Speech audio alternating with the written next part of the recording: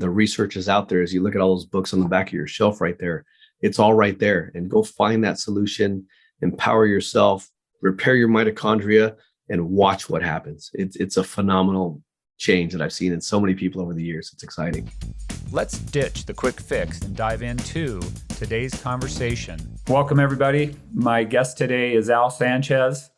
Al is a former college instructor, automotive engineer, researcher, founder of a cancer research organization, a health resource company, AMARC. After losing his mother, Julia, sister, Tina, and maternal grandmother to colon cancer, he committed to joining his family, friends, and colleagues in the quest to find better options, access to information, treatments, and maybe one day a cure for those stricken with cancer and other degenerative health challenges. Al's focus looks at how we can improve, alter, and influence metabolic regulation to improve health, protect from disease, and treat specific conditions by providing a proper and supportive alternative energy source for our cells. Welcome, Al. Welcome. Thanks for having me. Yeah, I'm glad you're here. You know, I wanted you to maybe hit just a little bit more on that brief intro and the target on the cells and how you really found yourself in the position you're in today, trying to help people improve their health, really, from the basic cell level up. It's been a journey. So my sister passed away in January of 2000, so 21 years. Wow. My mom was 36, my sister was 40, and I was only 3 years old as my mom and 30 years old my sister. So my sister's really impacted me far greater for what was going on in my life, because again, at 3 years old, not much you're doing there. You know, putting that together and seeing it. And then as this has evolved over 20 years of learning and bringing my background of engineering into medicine, you know, I showed up just bright-eyed and bushy-tailed and going, man, these doctors know everything. I'm just going to learn everything. And you're like, wow, no, they just specialize, you know. So whether it's family practice, whether it's orthopedic surgery, whether it's they're kind of stovepipes. So that's good, because if you find a specialist, that's wonderful. But yes, in general, they don't know the entire body from top to bottom. You know, they refer you out and things. So in realizing what that was, it brought me all the way back to that little cell, like you talked about. Said, all right, what's this little guy doing? What does he need? How does he work? How does the cell in my toenail differ from the cell in my brain? Is there a lot of difference? Is it the same difference? What's DNA all about? So you start going down that rabbit hole, and let me tell you, it's pretty exciting. Very exciting. Yep. Yeah. So how about the basic metabolism of the cell? How's that tiny little cell that we have about 37 trillion of in our human body? How does that cell work, and why is that so important to focus on that target? So it was really fascinating. I mean, I really had to go back to school, back to biology, and get schooled and understand what this was all about. You know, for when I first got involved with this, I didn't realize that we were talking about metabolism, 15 plus years ago. I understood it was important, right? Cells burn sugar. Okay, that's a simple, everybody kind of knows that. But it's so much more complex than that. The little energy power plants that are in each one of our cells, to put it in perspective. So we think of energy, we think of muscles, we think of power, we think of lifting weights and just that's power. Well, okay, where does that power come from? Well, where muscles have to convert this glucose into energy to use it as fuel to go do some work. Okay, cool, that's great. How does that happen? Well, they happen these little things called mitochondria. Okay, cool. How do they work? Well, they take glucose and they take oxygen and they put it together in a chemical reaction and they pump out some things called ATP. Okay, I remember that from high school biology. Pretty simple. So much more complex than that. You know, our muscles have approximately 1,700 to 2,000 mitochondria per cell. Okay, now let's put some perspective on that. Our brain and our heart, our nervous system have 3,500 to 5,000 mitochondria per cell. What? Okay, so you want to talk about energy and power. Our muscles, we can't use those every day.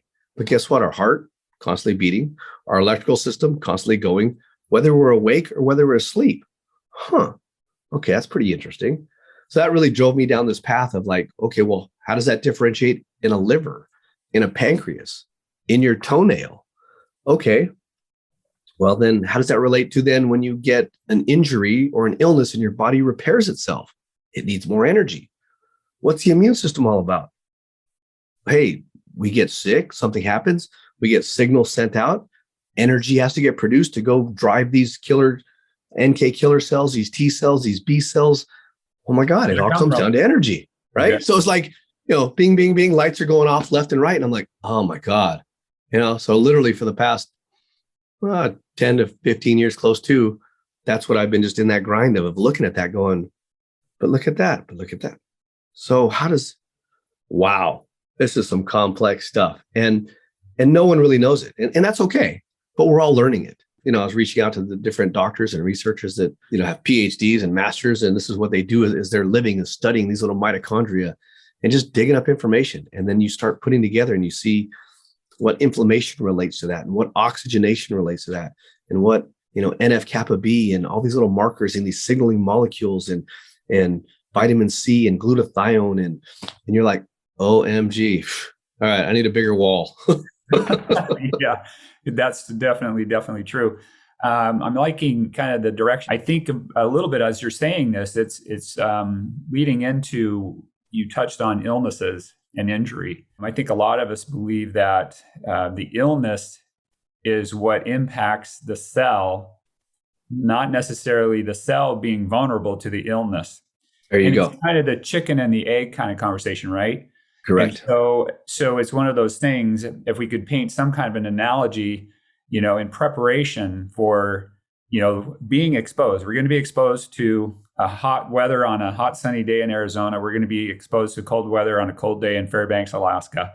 So those are environmental impacts, which I think we probably should talk about a little bit, but maybe touch a little bit about, the chicken and the egg here. So the wonderful thing, let me take it back to that simple cell. And the gentleman who created the product Poly MVA is Dr. Garnett. And as he said it to me one time, he said, Al, what's the difference between live DNA and dead DNA? Want to think about that for a second? One's working and one's not. He said, okay, good. That's a good thing. Why is it working and how? He said, one has electricity, one doesn't. One created that electricity in our cells from a chemical reaction. Now, he said, grab your electronic device. Guess what? It runs out of battery. Guess what? Ain't worth a damn. Right. That is a doornail. So you need to keep that thing juiced up. And when it starts to get low battery, what happens? All these flags start going off. It starts telling you all kinds of problems are going to come. Can't run this application. Can't run that application. Oh, guess what? Your cells are the same way. As an engineer, another light bulb goes off, right? So I get it. So what happens? You need to think of children. So I was in the middle of raising my sons. They're now 20, 18, and 13. But they were, if you've had children, when they're under 10 years old, there's these little balls of fire, right? Just running circles around everything. Zoom, zoom, zoom, zoom, zoom. Wow. And then you look at illnesses in relation to children and how well they recover in illnesses. What's the difference between what's happening? Exactly. So now, granted, there's lots of different growth factors and hormones and things, but basically they are just a giant ball of energy. So energy is so key. Much more efficient. There you go, right? They're in the climb of development versus once we get that certain age, we start to fall off the other side of the mountain, right? Right. So then we talk about fatigue, and as we get older, we get a little tired, or we're not as strong as we used to. Okay, we get that. Well, guess what? There's a direct correlation between that and getting old and getting ill. Okay, so again, common sense hits in. Now let's look at these people that really are more healthy than others. What are they doing? No, they're not marathoners necessarily, but they're active and they're feeding their body good sources of nutrition and health to keep their body. Wow, this is a lot of common sense going on here. What the heck? So it really had to deconstruct my concept of medicine and then rebuild it into my new concept, I guess, where it's this integrative factor. So when I speak of integrative health or integrative medicine, that's what I'm talking about. Gotcha. I'm not an anti-drug person or trust me, I get a headache or hurt myself, Tylenol, that helps. But it didn't heal my injury. Correct. My body healed my injury. Now, it just helped me so that I wasn't miserable and I could get some sleep, which rest is important. That's a great thing. Yeah. But my body healed it. So, but, let me massage it. Let me add some heat and some ice and whatever other types of therapies that are going to nourish that injury. Wow. And my body heals it. So the common cold, what happens? drugs don't, the body heals it, right? Right. Take that all the way to the spectrum of cancer. Right. Your body heals it. Now, the drugs and everything else in between that can assist. And if you can build that better mousetrap so that it's safer and healthier and better for the individual, I'm all in. If it hurts the individual, damages the cells, causes other problems, then we need to make some adjustments. So that's kind of, that's the short story of it. Right. Well, it's a little bit of the thought line there, and many people are familiar with this. I'm sure you are. When we're younger, our body is what we feel invincible, especially when we get into our teens and young adulthood. Right. And a lot of that is because we haven't been exposed to the environmental exposures as much for as much time. Now, I would argue in this last 2 decades, the environmental exposure has gone out of this world, over the top. And so I don't know that I can hold that thought for our youngsters as well. And I think it's, not to be an alarmist, but it's even more important to really focus on how we can really help our kids get good nutritional support, good awareness of environmental factors, those kind of things. So it gets into the epigenetic kind of conversation. And it's kind of like, being an automotive engineer. How do you take something? You don't take a really cool race car and throw some really cheap gas in it, Right. It's that simple analogy. But I think that's a little bit what we're talking about here, which leads to cell stress in a negative way. Right. And then you're more vulnerable to these illnesses. So that's correct. And some of the illness that you see that, happen because of that road that we get ourselves on. Well, and you said a key word there, the epigenetics. So I love to define that out for those that don't understand that. All that simply means is that how our environment relates to the genes of who we are. And we know it's impactful. So they've done identical twin studies. So identical DNA, yet one was raised in this environment and the other one was raised in this environment. And guess what? They came out differently. The genes actually respond. And another simpler one that I like that is take a plant, right? The same plant, the same seeds, plant it here in Southern California where I'm at, or go plant it in New York, or go plant it in Toronto, Canada, or in South America somewhere. Guess what? It's going to grow differently. It's going to respond to its environment, and it will not be the same plant in all those, even though it's the same DNA, we're the same way. So that's, that was, again, a big light bulb moment for me, because like you mentioned, our youth, especially this middle generation, the parents got sold the bill of goods that, this prepackaged stuff it's simple, it's right. Easy, it'll make your baby healthy. Remember back in the 70s, eggs were bad. Well, now eggs are good. And this was, that's just a natural evolution of understanding. And it's why we need to really bring common sense to when someone says, hey, I found something. Okay. But it doesn't make it gospel. It simply means it's another step in the learning process of health and quote unquote human evolution at a certain level. And yet we see it in the youth of today. They are not as healthy. And the doctors that I speak with in the research that I've done, they're not. They are primarily, they're far more overweight because they are less active.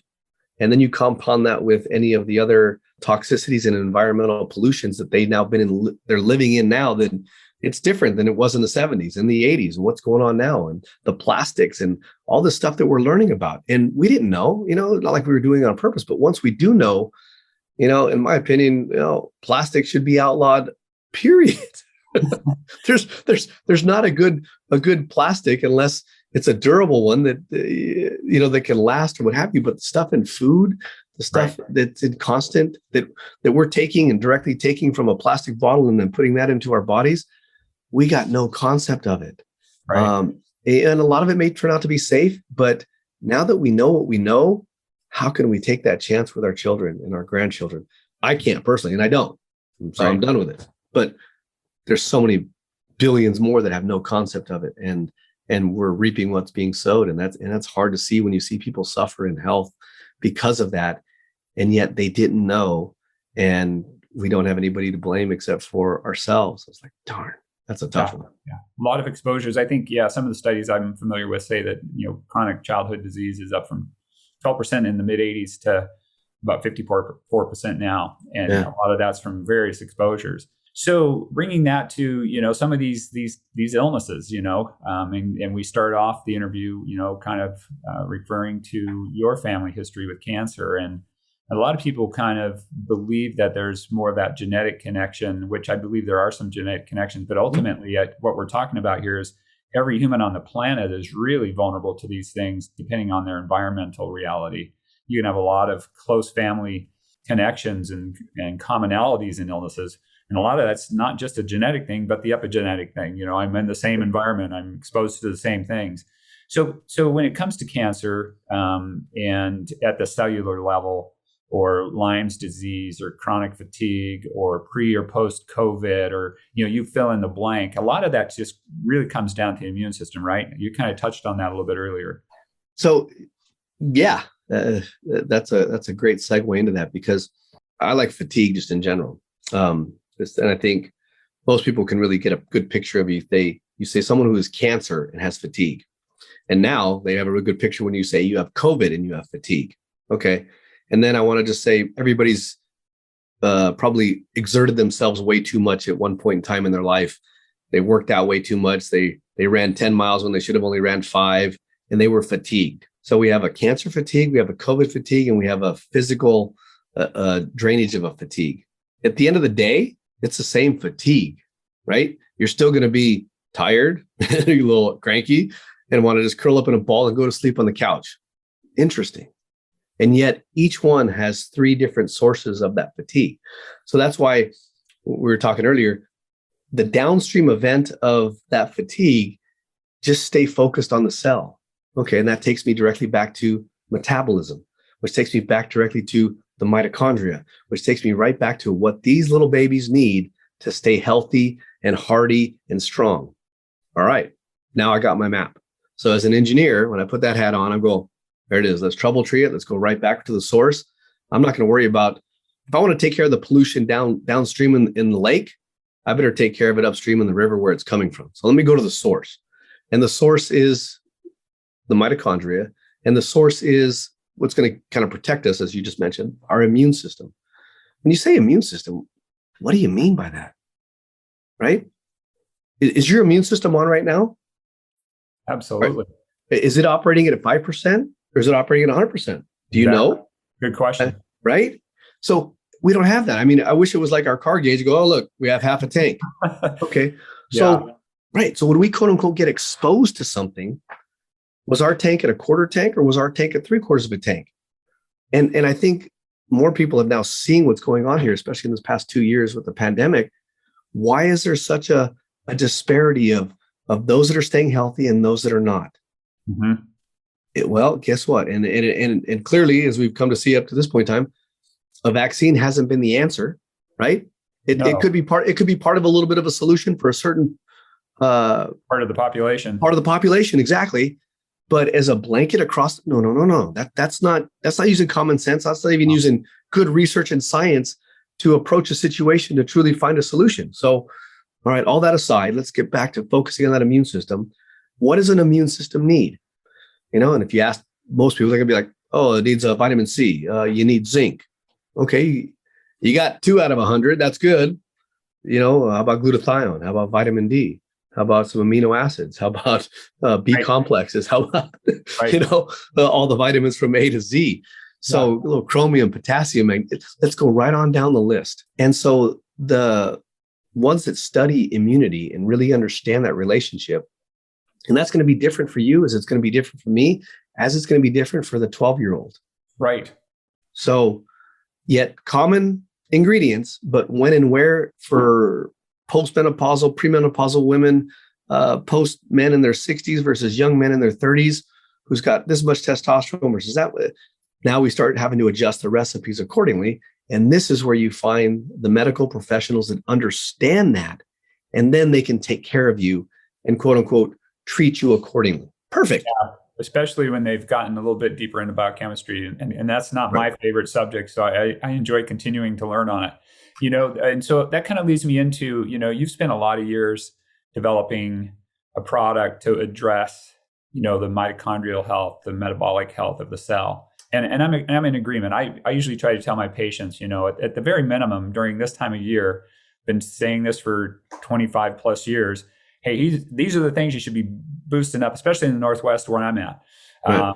The C's, the D's, the zinc, bone broth, hey, let's try to keep that stress down. Maybe a little bit of light therapy, all those kind of things. Those are all just good, broad-based kind of ideas, and keep your processed foods down and your sugars down. And I say, over the holidays, all bets are off, wherever you go there.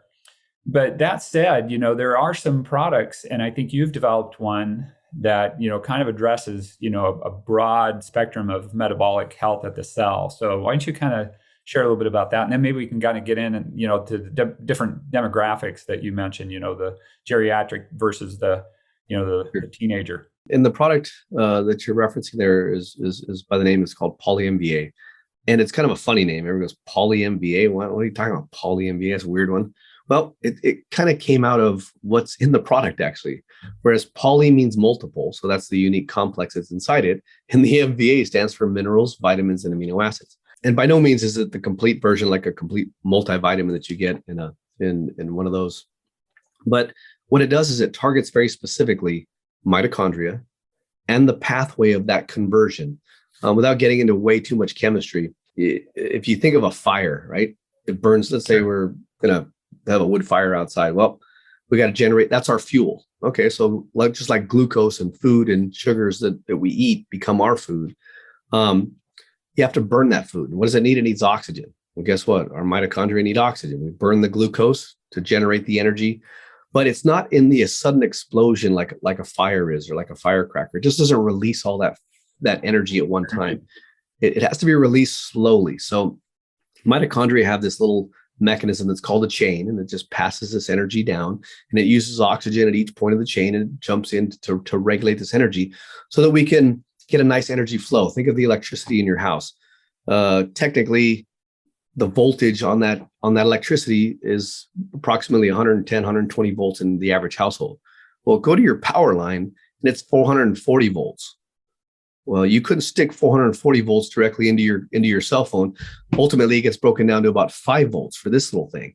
So our cells do the same thing. They take that high energy ability of what's available, and they break it down so that our cells can use them accordingly. So that our muscles, so that our heart, so our tissue, our kidneys, our liver, our immune system, our nervous system, right? The fact that we function is just a biological miracle. When I look at the human body, I look at my hand and I just go, wow. So incredible. That is absolutely, I get stumped every time I think about it. And just imagining what's going on between my head and my toe, all the things that are happening right now, the exchange, the oxygen, I'm not even thinking of it. It's just happening. Wow. So it's beyond any level of justice I could ever bring to it for any level of explanation other than wow. But I do now know some things that are kind of key, like you just mentioned, the vitamins, the minerals, the amino acids, metabolism, the food, the water. Okay.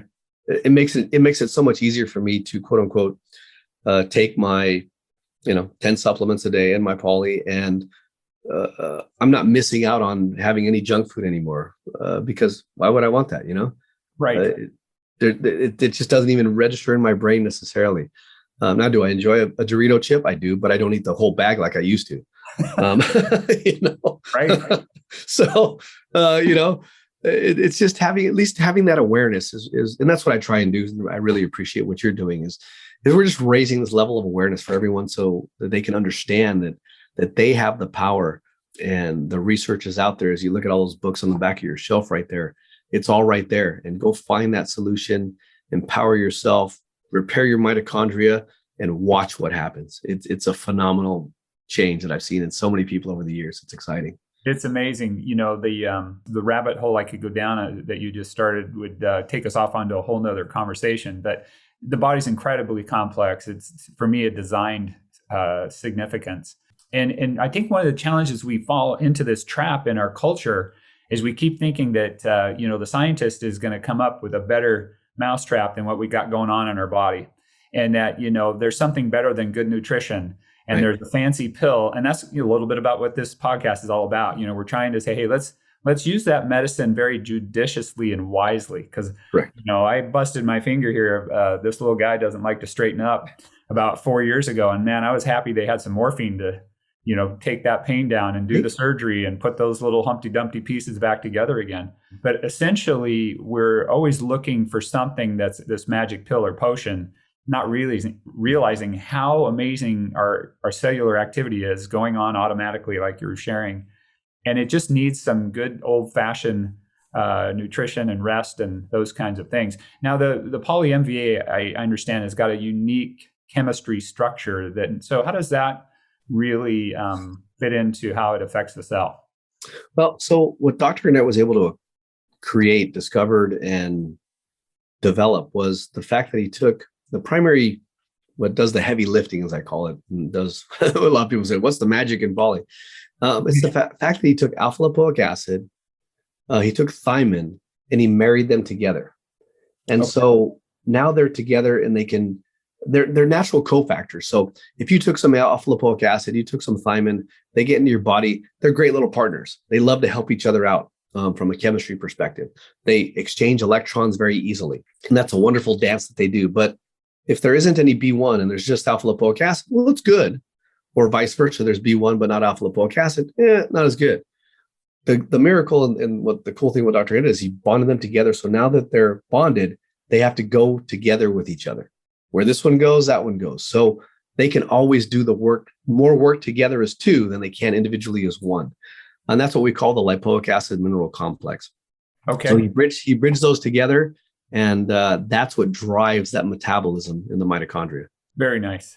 What have you seen in some of the patients that are using, or people that are using it for specific conditions and or wellness, just in general, and just pick a demographic? Typically cancer is going to be affecting the older demographic, but it's not limited to the older demographic. Well, going back to how we talked about earlier, whether it was cancer, whether it was the long haulers with something like COVID, or someone who just ran a marathon, it's fatigue, right? You start repairing the metabolism, you start improving the mitochondria. And guess what? Now you've taken care of the upstream event. So now the downstream event, guess what? Naturally gets taken care of as a byproduct because you took care of it upstream. So when you start driving metabolism, lots of wonderful things can happen, because now all those other nutrients that you're taking in, let's say in a great healthy diet or some other supplements that you have, our body has to put those together, right? We take in our food. This is an interesting concept I'll never forget it. Out of all the food that we take in, a third of the amount of energy produced from our food is simply used in breaking down the food. Right. Right. That's why intermittent fasting or fasting has some positive. That's exactly why, because now you fundamentally changed your metabolism in a totally different direction. You're driving it to say, wow, I haven't eaten in 12 or 18 hours. When I get what I get, I'm going to use every bit of it. I'm going to use it efficiently because I don't know when I'm going to be getting the next one. Versus if you get your body used to eating every 4 hours, it kind of gets a little lazy, to be honest, as we get older. When we're younger, it doesn't matter. But when we're older, it matters big time. Big time. So that starts driving the metabolism, which then triggers other healthy factors so that our body runs more efficiently. When we run lean and mean, as sometimes it's referred to, we actually do better.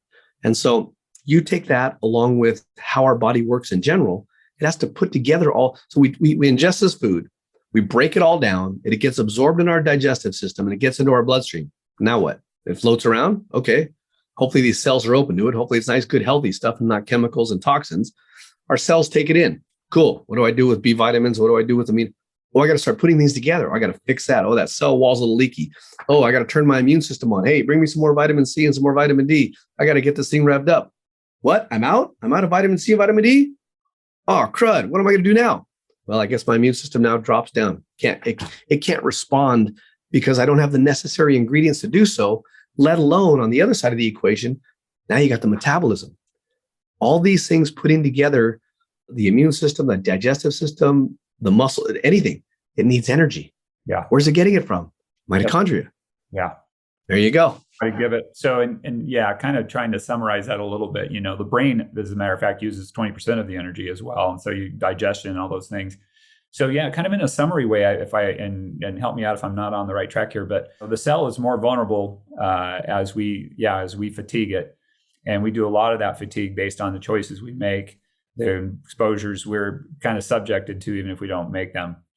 But if we understand that basic concept, maybe we have an idea about how we really can help it, and we don't have to wait for something magic to come. Right. With nutrition, rest, all those kinds of things, and that'll help the cell have the potential to rebuild, repair itself. So let's say that you are a cancer patient and you've gone down, or you're in the midst of, or have been through chemotherapy, radiation, things of that nature. Why would one want to maybe integrate something like Poly MVA and other nutritional strategies to support the immune system, the overall system overall? Well, my definition of, so when you say cancer, that's such a broad term, right? Because cancer of skin cancer versus a glioblastoma versus a pancreatic, or they might as well be different animals altogether. All it simply means is an abnormal cell that is out of control, and that our body can't get it, can't literally wrap its hands around it to keep it under control and get it out of there. So this is where our body's other systems play even more of a key role. Cancer patients, in my opinion, are the most energy, mitochondrially challenged person on the planet. And if they just had what you just mentioned, chemotherapy, radiotherapy, and all the other stuff that goes along with that, not only are they beat up from the cancer, but maybe they had surgery they're recovering from. But we all know what chemo and radiotherapy does, and we're not going to argue that it doesn't kill cancer cells. Heck yeah, it does. But it also damages other cells that we probably may need to keep ourselves healthy and strong. So in my mind, it's the common sense that says, if we do not support those nutritionally, if we do not support those metabolically, wow, we want to talk about a gamble. And most of us now kind of know and see what happens with cancer patients.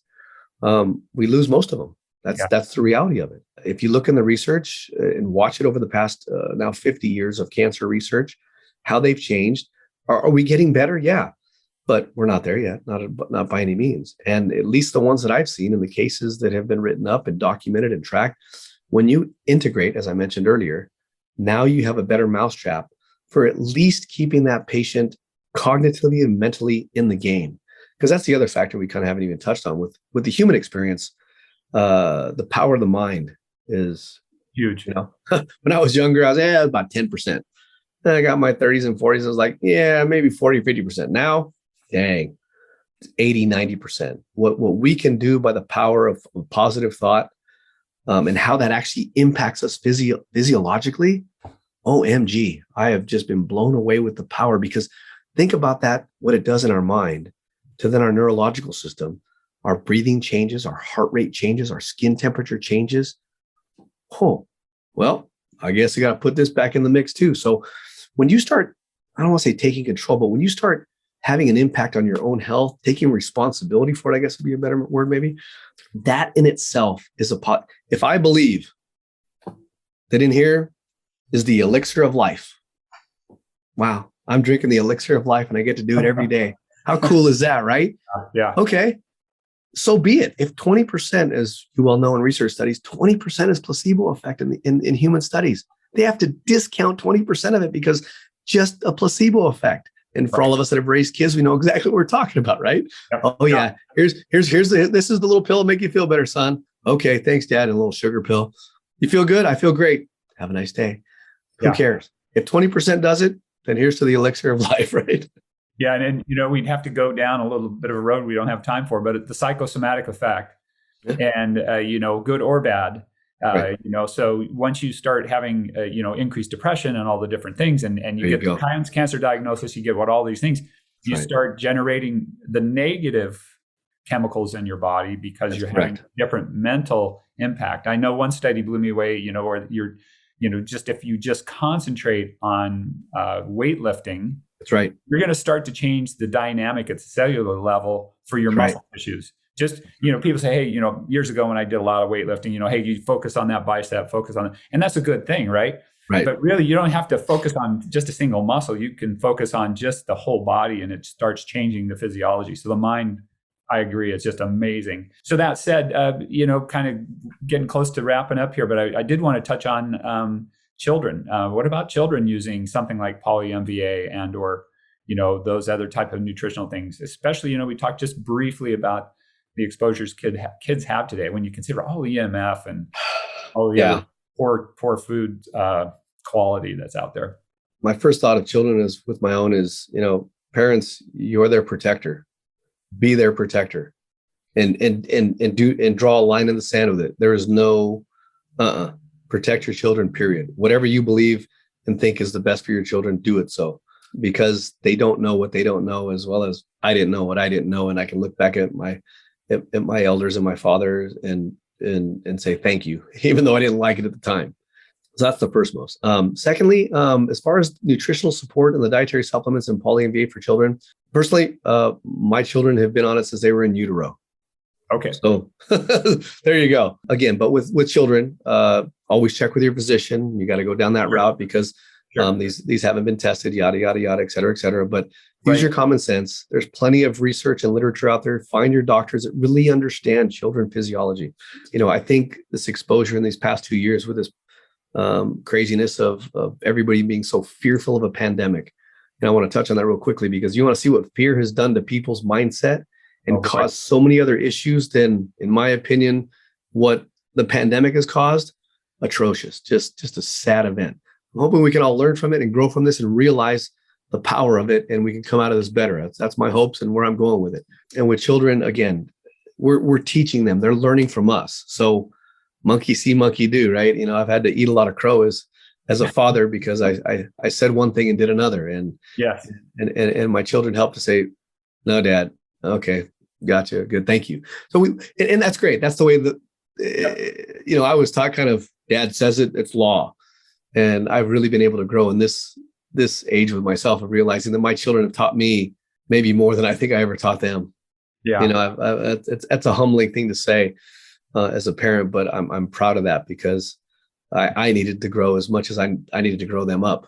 So yeah. And it's good, because then they get a chance to see it's okay to say, hey, I made a mistake on that one. Right. And you don't have to worry about losing face or anything like that. Yep. So, yep. Yeah. We'd love to have you share how people can kind of learn a little bit more. Where do they go? And any other thoughts that you wanted to share before we close up? Oh, thank you. With Poly, it's pretty straightforward. So if you go to polymva.com, that's, Poly, M as in Mary, V as in Victor, A as in Apple.com. If you saw our website 20 years ago and today, it's about the same.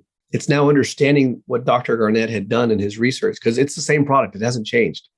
What he created back in 1991 is the same thing that we have today. We haven't changed it. We're not adding new things to make it sound. No. Poly does what Poly does, and I am so thankful for it. So all the information's right there to read up on it, understand it. If you don't get it, give us a call. If that's not enough, run it down. And if it doesn't fit right for you, that's okay. Because like you mentioned earlier, the power of the mind, if you believe what you're believing is in what you're doing and how you're living your life is the healthy lifestyle where you need to be, then that's a great step. And that's what we support. All paths lead to the same goal. So I like to think of all the rivers on the United States, guess what? They're all going to empty in the oceans, and those oceans all touch each other. So take whatever path, follow whatever river you need, go to whatever stream, enjoy that journey, follow that. But we're all going to end up in the same place. So I'll see you there one way or the other. All right. Hey, well, and I'm going to close it there. And thank you for being here today. I want people to be encouraged and to realize what they have the potential of and taking care of themselves. And so thanks for sharing all that good information today. Thanks for having me. I really appreciate that. And if I can do anything else, just let me know. Oh, awesome. All right. Be blessed. Take care. You too. Bye-bye.